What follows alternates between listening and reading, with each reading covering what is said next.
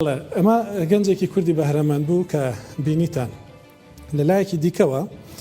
نەوەی بەتەمەنتری کوردیش کە لە دیاسپۆرا دەژی دەستەوەستان نییە. جاواد مەڕوانی کوردێکی دانیشتووی ئەڵمانیایە و ئەم ماوەیە کاری لەسەر کۆکردنەوەی ئەرشیفی رادیۆی کوردی یەریڤان کردووە. رادیۆ یەریڤان بۆ سەردەمی خۆی و بۆ پاراستنی سامانی کولتوری کوردستان زۆر گرنگ بوو. ئەوانەی کە مێژووی کولتوری کوردیان خوێن بێتەوە گویان لە موزیکی کوردی گر بێ دەزانن کە ئەو رادیۆیە چۆن خزمەتی موزیک و کولتوری کوردی کردووە. زۆر پێم گرنگ بوو لەسەرم مژارە بەڕاست جاواد مەڕوانی لەگەڵم بێ لێرە لە نێو ستۆدیۆ. کاک جاواد کەرەم کە کاک جاواد هەوڵێکی زۆری دا. تو بخێراتی کاک جاواد. ئەوە وەکی دەبێژن پاکێجا هەوڵداناتەیە بۆ کۆمکردنە ئەرشیفا رادیۆ یەریڤان. چەند ستران تێدا هەنا چەند پرتووکن؟ ئەوە چار ئەوکن سەد جیلدن سەتەکیە و هەروە وێژی دیڤیدیاویە ئەوە دیڤیدیە هەموو ستران دەنگێوانێ ئۆرگینال دەبێدانە. ئەوی کوتە کردیە کاک جاواد ئەوە نەتنێ نەتنێت تەکستن تەکستا تەکست و نۆتن و ئانالیزاوی ئەنالیزی تێدا تەچەوە نۆت کۆمکردن نۆت برێز سەریدا ئەوێ کەداوان دەرباس بێ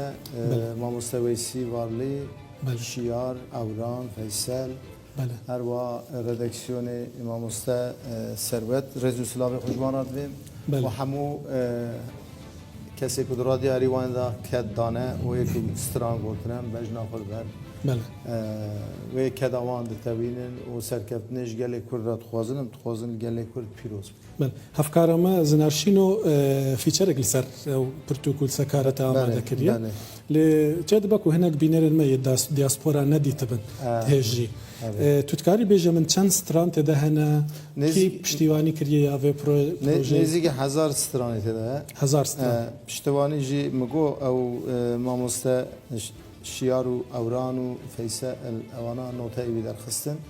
مامۆستا وەیسی وارلی هەم ئانالیزاوی چێکرد هەم کۆنترۆلا وان نۆتایا کرد دەشیفراسیۆنا ئەولی ئیاد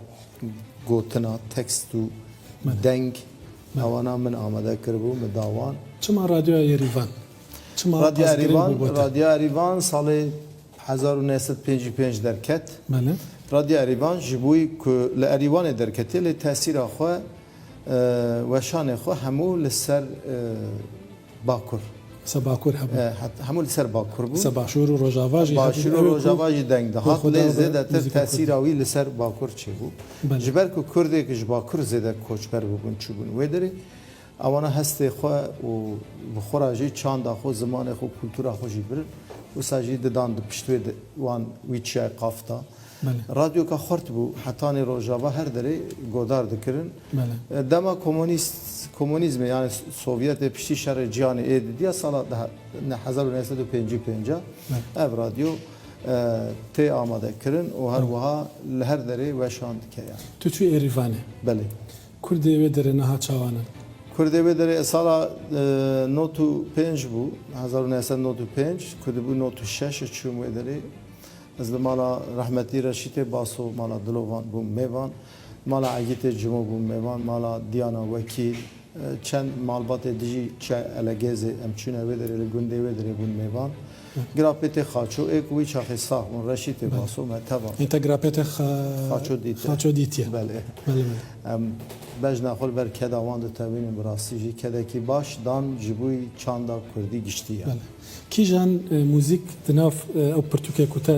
ینی ئەو ئەرشیفا کوتە کۆم کرد بۆتە گەلێک تازە بوو گەلێک خۆش هات هەمووژی یەکێکی خۆشترن لێ گەلێکی ئەو گۆ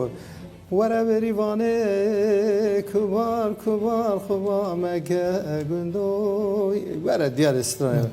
یانی گەلێک سترانەی خۆش تێدا هەبوون مەژی گۆدار دکرد هیچی گۆدار دکم ئەوان سترانە مەرجێ تێر ناڵێ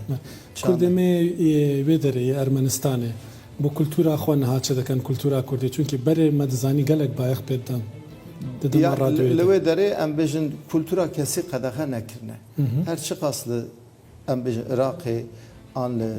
ایران آن باکور ایران نهایلن کس به زمان کردی خبر ده لوی داره تشتکی وسط تنبیه حتی اگر کرد وی داره گشت لجیه کی بوناجی و کی ولات کیجی اوی بدوان دولت آوان چی بکران اما چاهی له پرچه بونه قایی که ما هین کر هر یک لجی کی بیه لو ماجی کنه کار بونه کمارک چی بکن دولتک چی بکن کردستان سور چی کرنه اوجی پک نام عالیه کلتوری قصدا من او چاوان یعنی گروه دیوانی موزیکی هنه آره عالیه کلتوری یک هری کلتوری پاراستنه و هنجی پاراستنه به کردی دمالا خدا داخفن به زاروکی خدا به کردی داخفن چند زمانه یزانبن ده مهاتن ماله ناوا ماله دا ده ناوا خدا به کردی داخفن اما پاراستن کی مزنه یعنی پرواش راست من بری چند ساله خوان که هنک پارتی لوی داره چه بونه که دبیجن نوان نکردن ما نه او پارتی او هنجی هنک هنه دبیجن ام نکردن مثلا ام باشه تو کردی خبر دادی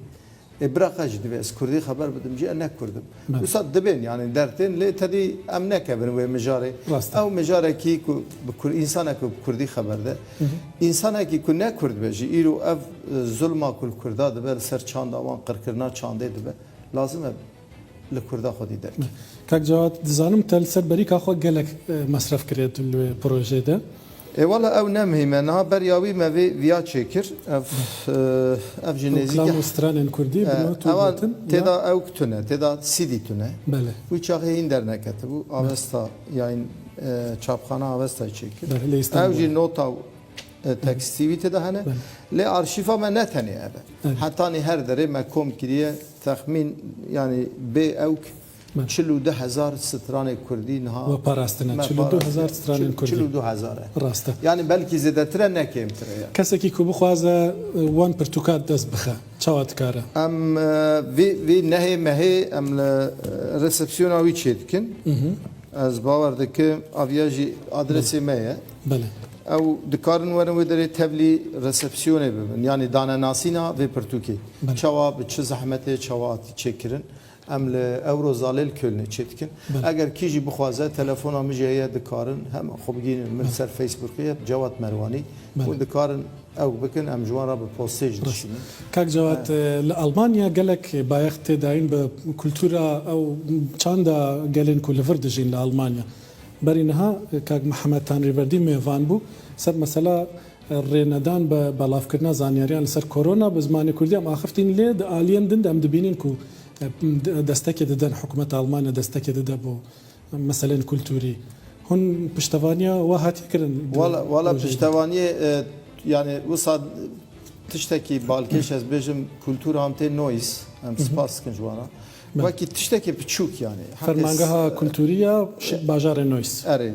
اوانا تشتكي يعني اليكاريا معنوي ام بيجم سواك بجم حقی پرتوکی بدنیا تشتیف ستونه سالونه کی اگر ام بگرن ام بلکی بکار بن اوجی ام پروژه بدنوان ام بکار بن حتی ما پروژه نداره جی کی جبوی ویا یعنی سریلیه کی اروپا ما نخستی البلدیا نخستی جیا نخستش برکو ام نه آماده بون نه ام آمادانه ام اندی دکارن سریلیه خن برکو او ماجیه از زانم تو رونانه نهات دسپیک یک چکر پاشی تو هاتی تا یک دن سر ایروانی چکر پروژه یا نوچیا یا نو سال قدن بخیر ام صاحبن بله دیسا بفقا سپرتوک از هول ددم طبعا انا بمسادسات هول ددم حاضريه هي او حاضرياوي حتى صارتي تشتغيدن خلاص ببا او جي ستران دنگ بيجي ما سرحدي قديما اون دیسا ای رادیو اریوان اشار رادیو بغداد رادیو بغداد سال 2001 متشو وی آرشیف جانی پشت راجی هین پروژه مهنه یعنی از امتنه یعنی وکی شخص بجی وکی تبی کما کم آماده کی لیوان حواله کم ناو وان گوت آن هنگی حواله دیجیتال زیاده ببن ام بکاربن هین فراتر یه مردین درخن یه دیاربکر درخن یه روجاوا درخن یه دویادا مثلا نبیجن نزدیکی 300 ستران سورانی هنه راسته حسن زیرک معاملی تا توفیق و هیچی رادیو کرماشان جی ما کتول سرکار بکی اواجی ما آنی پشتی کرونا اوجی انشالله گلک سپاس اگر چه حتی عمر ما به امی بویارا به قصور به او امی کار بکن برز جواد مروانی تو بخواه بتنیه پروژه کی کلتوری مزنی با کرده ام خدمت گلی کرده اف خدمت کیش بوی وی گلید کن لازم مالی هر کسی ده هبه راست هر هنرمند خودی لیدر که و وان ستران لی بنر هر تشت حاضره بله چه نوتا به چه گوتنی بی به حاضره او اگر او جی نبه نظام به نوتا جی دنگی وانه اورگینال ڕاستە گەلێک سپاس بۆ ڕێجا جناب پیداجی ای وسابه وەکو گوتم ئەمە نمونەیەکە زۆر کەس دەڵێن پێویستە حکوومەتێکمان لە پشت بێ پێویستە دام و دەستگای گەورەمان لە پشت بن بۆ بتوانین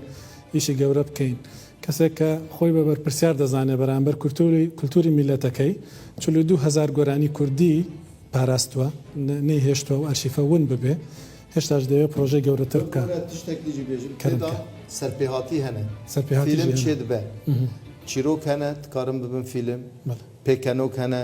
تیاترۆ هەنە گەلێک تشت دکارن جێ دەرخن سپاس برەس جاوات پیرۆز بەل گەلێک سپاس لە تەژی پیرۆز بە لە هەمیان سەرکەفت گەلێک سپاس